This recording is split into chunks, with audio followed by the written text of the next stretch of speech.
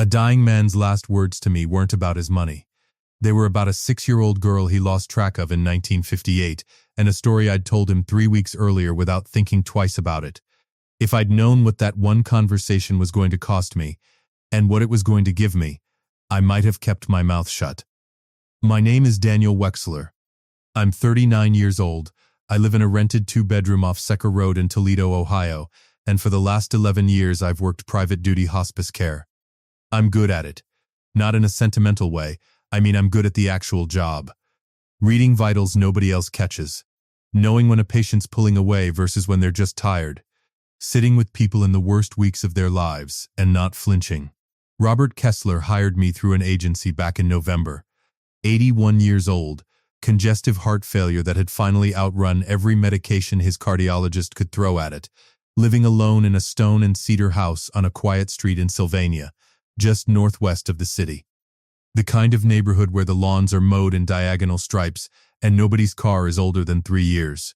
Robert built his money in auto parts manufacturing back in the 70s and 80s, supplier contracts with the big three, plants in 3 states before he sold most of it off in his 60s. He didn't talk about the money much. What he talked about, especially toward the end, was Defiance, Ohio.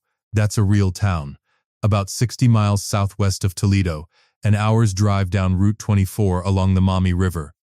County seat, population around 16,000. Robert grew up there. So, it turned out, had my mother, at least the early part of her life, the part that came after whatever happened to the family she was born into. I didn't put any of that together until one Tuesday night in February. It was one of the long ones. Robert couldn't sleep, didn't want to be alone with it, and I'd pulled a chair up next to his bed because that's part of the job too, just being a person in the room. He'd been talking about his childhood, the way dying people sometimes do, looping back to places 50, 60 years gone like they happened yesterday. I had a sister, he told me, out of nowhere, staring at the ceiling. Linda, 6 years younger than me. You don't talk about her much. There's not a lot to talk about. We got separated. 1958, I was 13, she was 6. Family trouble, the kind nobody explains to a kid. They just hand you a different life and expect you to live it. He turned his head toward me. I never found out what happened to her after that. 68 years, Daniel. That's the one thing in my whole complicated life I never made right. I didn't know what to say to that, so I didn't say much of anything. Just nodded, let the quiet sit there with him for a minute. Then he asked, almost like it didn't matter, "Where's your mother's people from?" Defiance, actually, small world. Is it? He wasn't looking at the ceiling anymore. He was looking at me. Brower was her maiden name. She didn't talk about it much either. Grew up in foster care down there. Family fell apart when she was small. We never got the full story. Robert Kessler went very quiet. I didn't think anything of it that night. Dying men get quiet a lot. You learn not to read too much into every pause. But 3 days later he brought it up again. And 3 days after that. By the 3rd week of February, he wasn't just bringing it up anymore. He was building something out of it. I remember the afternoon clearly. I was checking his oxygen levels, routine stuff, and he asked, like he was just making conversation. "Your mother. What was her name before she married?" "Linda. Linda Wexler now." "Brower growing up." I clipped the line to his finger, didn't think much of the question. "She died when I was 17. Even before that she didn't like talking about the early years." His hand started shaking. Not the heart failure kind of shaking. Something else. "Born around 1952? He asked. "I think so. Yeah, somewhere around there." "Why?" He didn't answer. Just shook his head slightly, like he was trying to clear something out of it, and told me he was tired, that we'd talk later. We didn't talk later. Not that night. But 2 days after that, he asked me to call his attorney. His attorney was a man named Bruce Tannehill, 58, heavyset. A downtown Toledo office on Madison Avenue, and a handshake that's a little too firm, like he's trying to convince you of something before he's said a word. I'd met him twice before for routine paperwork. This time, Robert asked me to leave the room while they talked, which he'd never done before. When I came back 40 minutes later, Robert looked wrecked in a way that had nothing to do with his heart. Once Bruce had gone, he finally explained it. I asked him to draw something up. Not a will change. I need you to understand that part. It's not a will change. Okay. Then what is it? A letter of intent. Notarized, he had to stop and catch his breath before he could keep going. Saying what I think, what I believe, based on a name and a hometown and a timeline that's been keeping me up at night, is that you might be connected to the sister I lost in '58. And saying that before $1 of my estate gets distributed to anybody, I want that looked into properly. Dina. Records. In front of a judge. I sat there with the oxygen concentrator humming in the corner and thought, this man is dying and he's decided I'm the answer to something. I didn't know whether to be moved or terrified. Turned out it was both. Robert, I don't want anything from you. That's not why I'm telling you any of this. His answer came back sharper than I expected. I know that. That's exactly why it has to be you. His voice dropped quieter. I should have fixed this 30 years ago. I had the money. I had investigators. I told myself there'd be time. There wasn't time. That's the thing about telling yourself there'll be time. It's never guaranteed, and Robert Kessler, for all his money, didn't get any more of it than anybody else. The letter was signed and notarized 2 days later. Tuesday the 3rd of March. Right there in his living room, with a notary Bruce brought to the house, and 2 witnesses. A hospice volunteer named Carl who happened to be visiting, and Robert's longtime housekeeper. I watched him sign it. His hand was steady for exactly as long as it took to get his name down. And then, it wasn't steady again. There was one clause in that letter I didn't understand the weight of, until much later, a clause Robert insisted on himself, over Bruce's objections, according to what the notary later told investigators. Why 96 hours? I asked him, after the notary had left. Why not just let it go through probate the normal way? Because I've watched 2 families I knew get torn apart by years of court fights over exactly this kind of thing. His voice was firm despite everything. Lawyers dragging it out because dragging it out is how they get paid. I don't want that for you.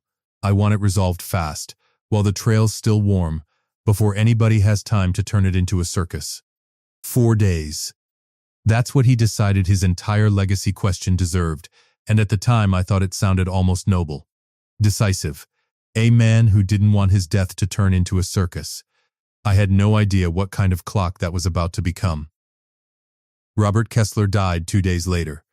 Thursday, March the 5th, at 10 minutes past 7 in the evening, in his own bed, with me in the room. It wasn't dramatic. His heart had been failing for months, and it simply, finally, stopped doing the job. I called it. I made the calls you make, his physician, the funeral home, and Bruce Tannehill, because Robert had told me explicitly, in one of his last clear conversations, that the moment he died, the letter needed to be activated immediately. The clock started the second his heart did. I didn't know yet that the man I'd just called, the one I trusted to set this whole process in motion, already owed a very different kind of debt to someone with every reason to make sure that clock ran out. Welcome back to Sweet Family Revenge. Grab your snacks, get comfortable, and remember, the people in these stories had every chance to behave themselves. They just chose wrong. Drop a comment and be sure to subscribe. You're going to love it here. The next morning, Friday, I met Robert's niece's husband for the first time. Mark Stillwell, 47, married to Robert's niece Patty, showed up at the house before 9 a.m. You must be Daniel. He didn't wait for me to introduce myself. Patty's told me about you. Robert thought a lot of you, from what I hear. Grief looks a certain way. I've seen a lot of it. What Mark Stillwell had on his face wasn't grief. It was arithmetic. He shook my hand too hard, leaning against the kitchen counter like he had all the time in the world. We really do appreciate everything you did for Uncle Robert. He was a good man to work for. I'm sorry for your loss. Yeah, tragic. He didn't look like he meant either word. Then, almost too casually, you wouldn't happen to know anything about some letter, would you? Something Robert had Bruce draw up? I know there's a letter of intent. Robert explained the broad strokes. Details are between him and Bruce, far as I know. Right. His jaw tightened, just slightly. Of course. Why?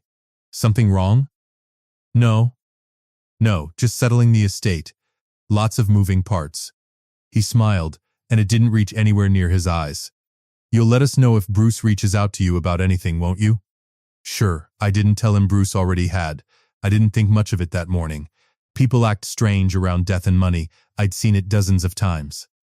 What I didn't know yet was that Mark Stillwell had spent 2 years quietly siphoning money out of 3 failed business ventures, was roughly $400,000 underwater on debts that included a very specific, very dangerous obligation to a private poker operation running out of a warehouse off Front Street, and that the only thing standing between him and total collapse was his wife's expected inheritance, an inheritance that a confirmed blood heir could meaningfully shrink.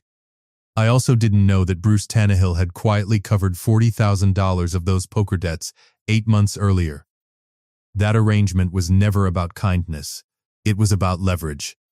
And leverage, when the right 96 hours arrived, was about to get used. By Friday afternoon, I called the lab Bruce recommended, a private genetics facility on the south side of Toledo that handled court-admissible kinship testing, the kind whose results actually hold up in probate proceedings. I need to schedule a collection, I told the intake coordinator.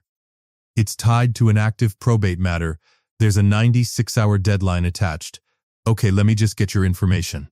She took my name, my number, Bruce's referral code.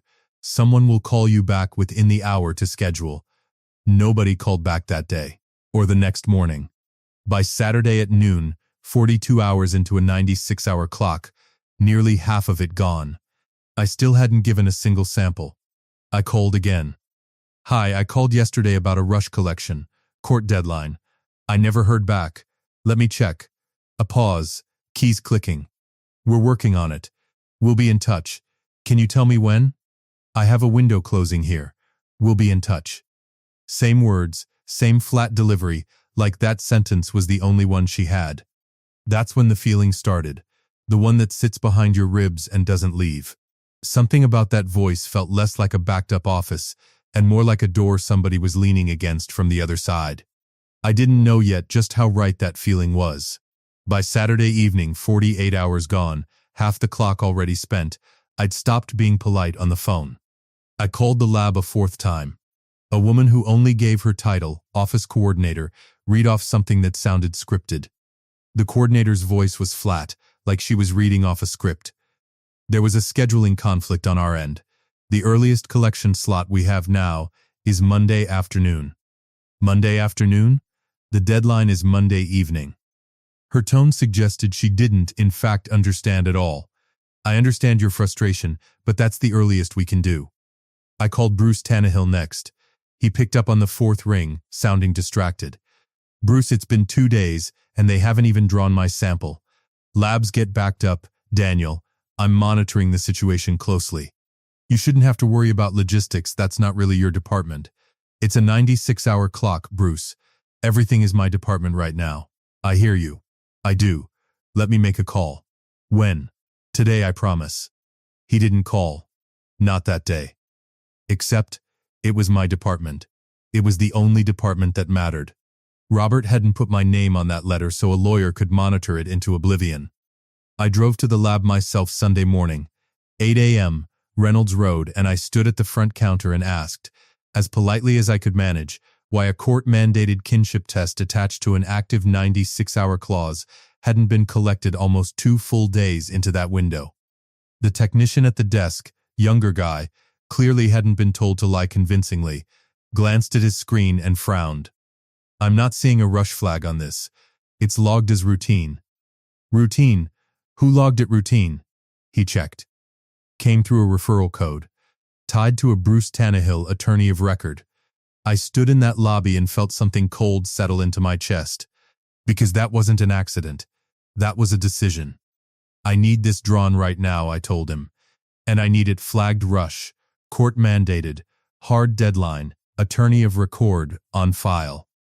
In writing. And I'm recording you confirming that out loud, because I'm done trusting anybody's word on this. To his credit, he didn't argue. He drew the sample himself, flagged it rush, Said it out loud on my phone with a timestamp. Best case turnaround, he told me, was still 48 to 72 hours. I'd lost a day and a half I didn't have to spare, and I'd lost it because somebody with access to that referral wanted exactly that to happen. DNA alone wasn't going to be enough. Even a rushed result needed corroboration, something tying my mother's history to the sister Robert lost in 1958, because no judge was going to take a genetic match and a deathbed hunch and call it settled. I needed records, birth records, foster placement records, anything from Defiance County that could place a 6-year-old girl named Linda, separated from a family in 1958, into the same town where my mother turned up under a different family not long after. Robert had given me a name before he died, Susan Mabry, a longtime records clerk in the Defiance County office, who'd once helped his own investigators years earlier when he'd quietly tried and failed to track his sister's trail. Call her if it ever comes to this. Tell her I sent you. Some part of him already suspected he wouldn't live to finish it himself.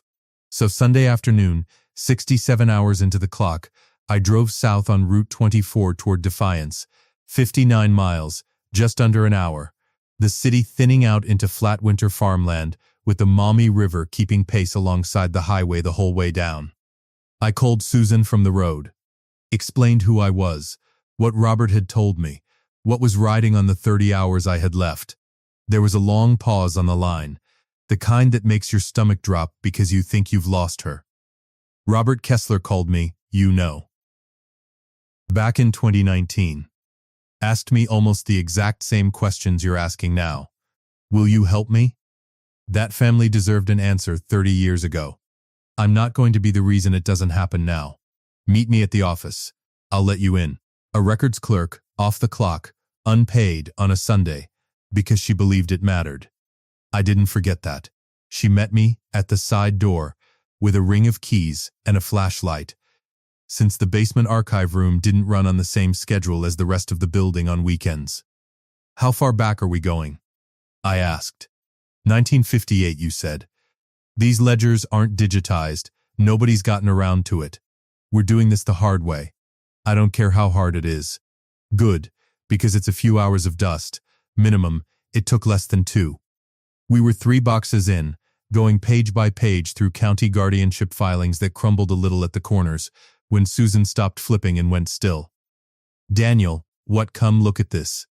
A placement record for a 6-year-old girl, surname originally Kessler, placed into the care of a foster family in Defiance in October of 1958. Susan traced the line with one finger. There's a notation here. Surname formally changed the following year. To Brower.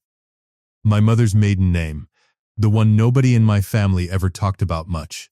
Wasn't her birth name at all. It was Brower because a foster family gave it to her in 1959, replacing the name she'd been born with, Kessler. I sat in that basement room with a 67-year-old ledger between us and felt something crack open in my chest that had nothing to do with money. Robert hadn't been chasing a hunch. He'd been right. You okay? Susan asked. Yeah, I wasn't. Not really. Can you certify copies of all of it? Today? Right now? Already pulling the machine out. Susan made certified copies of everything on the spot, the placement record, the name change filing, a supplemental guardianship document listing the birth parents' names, which matched down to the letter the parents Robert had described from his own childhood. I had it all by 6 p.m. Sunday, 71 hours gone, 25 left. I called Bruce from the parking lot to tell him what I'd found, mostly out of habit, mostly because some part of me still hadn't accepted what the lab silence actually meant. He sounded almost annoyed. Bring it by the office Monday. I'll review it for the filing. Monday? Bruce. The deadline is Monday evening. Why can't this just get filed the second I have both pieces in hand? There was a pause, just slightly too long to be nothing. Court filings have a process, Daniel. I'll handle it. I hung up in that parking lot with certified county records on the passenger seat and a sick, settling certainty in my gut that the man supposedly representing Robert's wishes had been working against them since the moment his heart stopped. I didn't sleep Sunday night. I sat at my kitchen table with the records spread out in front of me and started calling everyone I could think of. A probate clerk's after-hours line, a former coworker whose sister was a paralegal, anyone who could explain how DNA and document filings actually moved through Lucas County Probate Court when a hard deadline was attached. Attorneys of record have discretion over how filings get submitted on a case they control, the paralegal told me, somewhere around midnight. If he wants to stall, he can call it processes and review for hours, maybe longer, especially right up against closing time. Monday morning, the final day, the lab called. My results were back in 25 hours flat, beating even their own best-case estimate, because the technician who'd flagged my sample personally pushed it through the weekend. Something he didn't have to do and did anyway. I'll be grateful for that for the rest of my life. Confirmed familial match, the woman on the phone read out. Consistent with an uncle and nephew relationship. Confidence level is conclusive for legal purposes. I had everything. The DNA, the records, 71 hours of work compressed into documentation that should have made this simple. I drove straight to Bruce's downtown office at 9 a.m. Monday morning, 10 hours and 10 minutes before the deadline, and walked in with all of it in a folder under my arm. Bruce stepped out for a personal matter, his assistant told me. He's not expected back until early afternoon. I sat in that lobby and watched the clock on the wall, and somewhere underneath the panic, a different feeling started to take its place. Something steadier. Something that had stopped being surprised and started being ready. Bruce Tannehill walked back into his office at 1:15 Monday afternoon, 6 hours before the deadline. No apology, just, did you have a chance to review the filing timeline? I'd had more than a chance. I'd had 2 days of his silence, working against a dying man's request. And I was done pretending I didn't know what that silence had been doing. I want the petition filed today. Both the DNA report and the certified Defiance County records attached. Filed. Bruce. Not reviewed. Not run through whatever timeline you've invented. Filed. Before the courthouse closes at 4:30. That's not how this works, Daniel. There's proper procedure. I'd need to draft a formal motion. Get it reviewed, Bruce. These things can't be rushed. Is that what you're about to say to me? He didn't answer that. That's when Mark Stillwell walked in. Not by accident. I understood that the second I saw the look that passed between him and Bruce, a look that had clearly been rehearsed over a phone call neither of them thought I'd ever trace. Mark sat down across from me, uninvited, almost gently, like he was doing me a favor. Daniel, look, these family situations get complicated. Robert was very sick near the end. A notarized letter written by a man on heavy medication might not hold up the way you think it will. Maybe the cleanest thing, for everybody, including you, is to let the existing will stand. Revisit the family question after probate closes. After probate closes. After the 96 hours expire. After the only window that actually matters slams shut for good. I understood, sitting there, that I wasn't looking at two separate problems. I was looking at one. A nephew-in-law $400,000 underwater on a poker debt, and an attorney who'd quietly paid $40,000 of it himself, both of them with everything to gain from a clock running out in their favor. I didn't raise my voice. 11 years of staying level in rooms where everyone else is losing their grip. That training held. I have a court-admissible DNA report. I have certified county records corroborating a 67-year-old family separation. And I have a notarized letter of intent signed by a man of sound enough mind to also sign off on medical directives, financial documents, and a property transfer that same week, documents nobody's contesting. With or without your help, Bruce, Mark leaned back, arms crossed. You really think a judge is going to drop everything for you on a Monday afternoon? I think a judge is going to drop everything for a 96-hour clause her own court already has on file. We're about to find out. Bruce's face did something complicated. Mark's didn't change at all, which told me everything about which one of them had more to lose. I drove to the Lucas County Courthouse on Adams Street myself, 2 hours and 40 minutes before the doors closed for the day. Bruce, to his limited credit, came along, guilt or self-preservation. I couldn't say and honestly didn't care which. We reached the probate clerk's window at 2:50. The clerk scanned the letter of intent, Frowning, there's a deficiency here. The notarized letter needs a supplemental affidavit from the notary, confirming the circumstances of the signing. Without it, I can't accept this as complete. I turned to Bruce. Did you file that? He didn't meet my eyes. I never followed up on it. Whether that was negligence or sabotage by omission, I'll let you draw your own conclusion. Almost sympathetic, Judge Reed's chambers close at 4:30.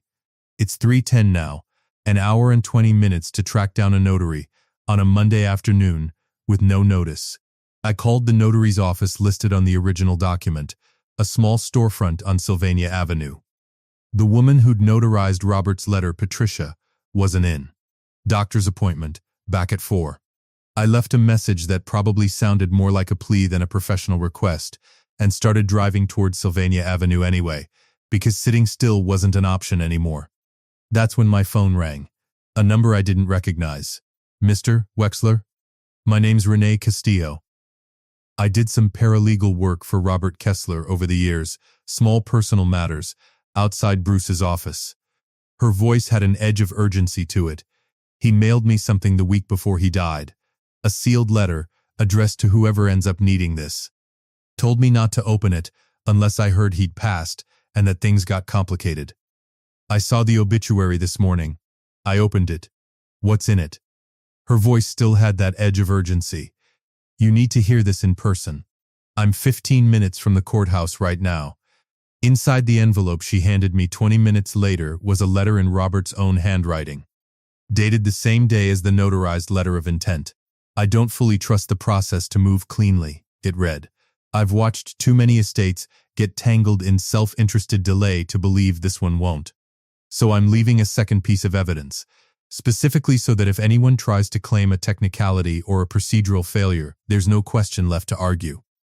Folded inside was a sealed, sterile swab, self-collected, dated and witnessed by his physician that same week, with a notarized statement confirming it as his own genetic sample, prepared for exactly this scenario. Robert hadn't just believed me.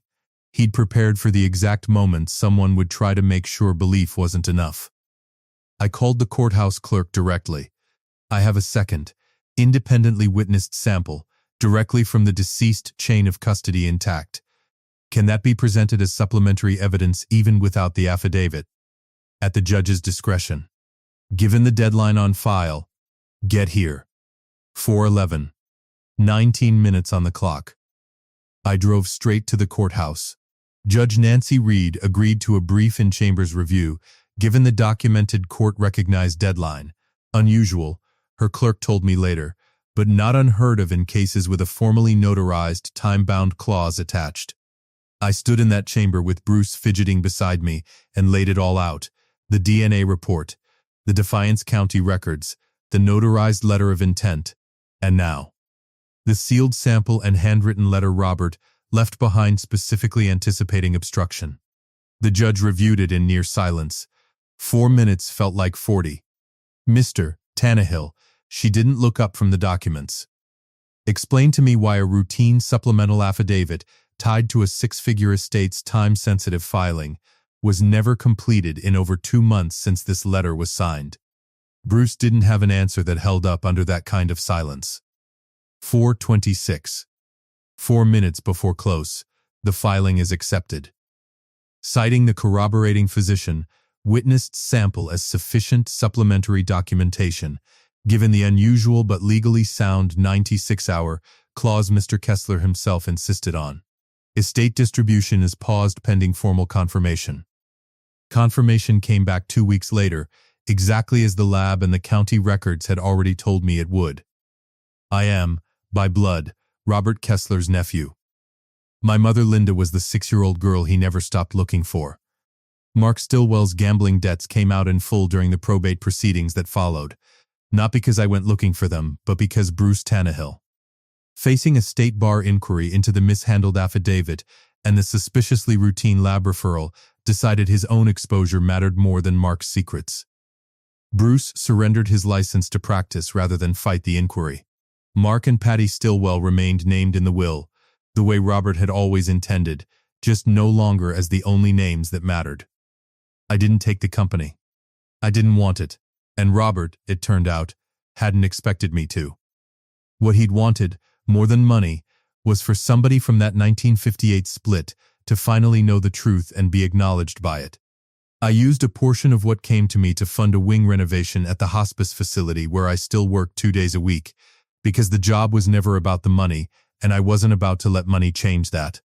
And I drove back down to Defiance one more time, with flowers, to sit with Susan Mabry in that same basement records room and thank her properly for staying on a Sunday for a stranger because she thought a family deserved an answer. Robert Kessler spent 67 years carrying the weight of a 6-year-old he couldn't protect. He didn't get to finish making it right himself. But he made sure, down to a sealed swab and a handwritten letter mailed to a near stranger, that somebody else could finish it for him. That's the part I think about most, not the money. The 96 hours a dying man spent making absolutely certain that the people determined to stop the truth wouldn't get the chance. If you liked this story, join our community by hitting that like button and subscribing for more family-centered accounts like this.